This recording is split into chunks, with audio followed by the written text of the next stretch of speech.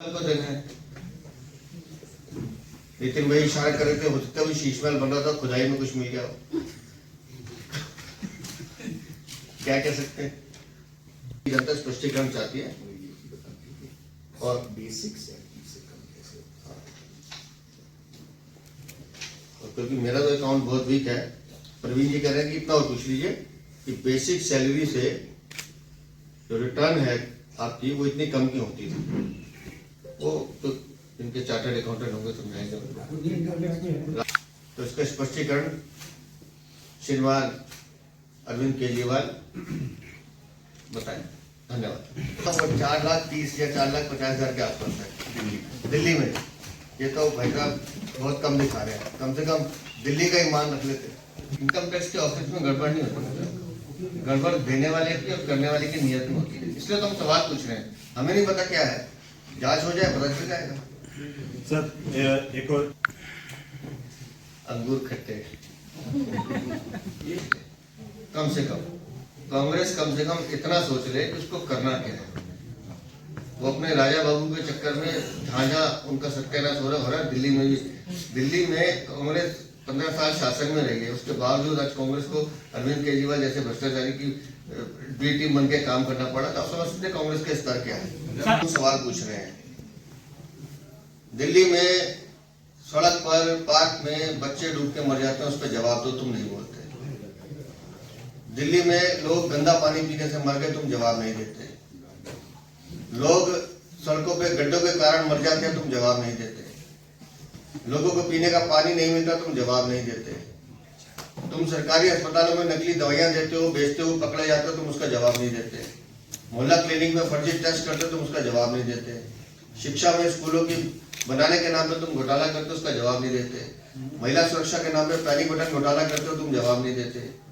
स्वास्थ्य में तुम घोटाला करते हो, तुम जवाब नहीं देते। कोई श्रम मंत्रालय उसमें लेबर कार्ड बनाने में उसमें भी तुम घोटाला करते हो, उसका तुम जवाब नहीं देते। और जल बोर्ड जिसको तुम पी गए दिल्ली की जनता का टैक्स का पैसा, उसमें तुम जवाब नहीं देते। बिजली के दाम तुम 24 रुपए बढ़ाते हो, उसमें तुम जवाब नहीं देते। और अपने घर में खुद बुला के महिला सांसद को पिटवाते हो, अपने सामने अभद्र व्यवहार कराते हो, उसका तुम जवाब नहीं देते। किस मुंह से जवाब मांग रहे हैं अरविंद केजरीवाल। अरे जैसे दिल्ली में बैठे हो, दिल्ली को तो देखे पहले, अपने काले कारनामे, अपनी काली करतूतें और अपने घिनौने काम का जवाब है। आप सबका स्वागत है। आज जो ये प्रेस वार्ता है उसे प्रारंभ करने से पहले मैं आपको एक चीज स्पष्ट कर देना चाहता हूं कि इस प्रेस वार्ता में हम किसी पर कोई आरोप नहीं लगाएंगे।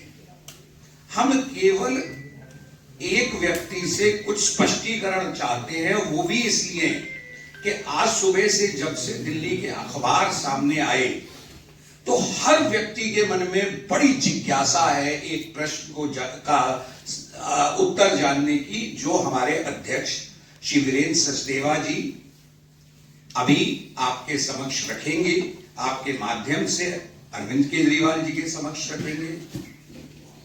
इस प्रेस वार्ता में हमारे साथ पूर्व विधायक और माननीय अध्यक्ष जी द्वारा कल उन्हें दायित्व दिया गया है प्रवक्ता का, ऐसे श्री नितिन त्यागी जी भी हैं। मैं माननीय अध्यक्ष जी से अनुरोध करूंगा कि वे इस प्रेस वार्ता को प्रारंभ। नितिन त्यागी जी, आज सबने अखबारों में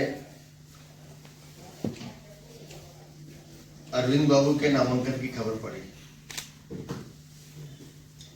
उनकी संपत्ति की जानकारी भी मिली। एक जिज्ञासा मन में है, हमारे भी और दिल्ली की जनता के भी। तो बहुत मामूली से कुछ सवाल हैं जो हम उनसे पूछना चाहते हैं। केजरीवाल हमेशा से अपने विधायक वेतन को अपनी इनकम का सोर्स बताते हैं। 2020-21 वो एफिडेविट जो उन्होंने जमा कराया आप देख सकते हैं। 2020-21 उन्होंने कोई और इनकम का सोर्स नहीं बताया है, सिर्फ अपनी सैलरी को इनकम का सोर्स बताया है। लेकिन 2020-21 में उनकी जो इनकम है वो पिछले सालों के मुकाबले जो चलती आ रही है अचानक 40 गुना बढ़ जाती है, 40 टाइम्स। और फिर 23-24 में 22-23 में वापस आती है, और फिर 2023-24 में 6 गुना बढ़ जाती है। अब 40 गुना एकदम इनकम बढ़ना, उसका कोई स्पष्टीकरण नहीं। 2014-15 से लेकर 2019-20 तक मुख्यमंत्री काल में इनकी इनकम टैक्स रिटर्न इनके मुख्यमंत्री के नाते, जिसे हम टैक्सेबल बेसिक जो होता है उसको इनकम कहते हैं, वो 3,60,000 रुपए प्रति वर्ष से कम है। एक मुख्यमंत्री की बता रहा हूं आपको, पर ईयर 3,60,000 से कम। अब अगर गले उतरती हो तो उतरे, हमारे तो उतरती नहीं, क्योंकि जो बीपीएल वाले भी होते हैं उनसे भी 5 लाख से कम का वो सर्टिफिकेट मांगा जाता है 1 साल का। ये तो 3,60,000 दिखा रहे हैं, इतने भी नहीं दिखा रहे, उससे भी कम दिखा रहे हैं, 2.5 लाख 3 लाख के आसपास। 2012-13 में दिखाइए 2,05,000, 2013-14 में 2,07,000, 2014-15 में 7,42, 15-16 में 2,46, फिर 2,45, फिर 2,58, फिर 2,81, फिर 1,57 पे आ गए। और फिर 2020-21 जिसका मैं जिक्र कर रहा हूं, ये सीधा सीधा पहुंच जाता है 44,90,400। 1,57,000 से सीधा 44,90,700। और उसके बाद फिर आते हैं 1,62 पे, नुकसान हो गया। फिर 1,67, फिर जिन दिनों ये योग है, अचानक फिर 7,21,000 हो जाती है जेल में बैठे बैठे। अब मेरा नजर 1,67,000, 1,62,000, 2,51, 53 पे नहीं जा रही है। ठीक है, आप करते रहिए जो करना है, बिल्कुल नहीं कमाते होंगे आप। 2020-21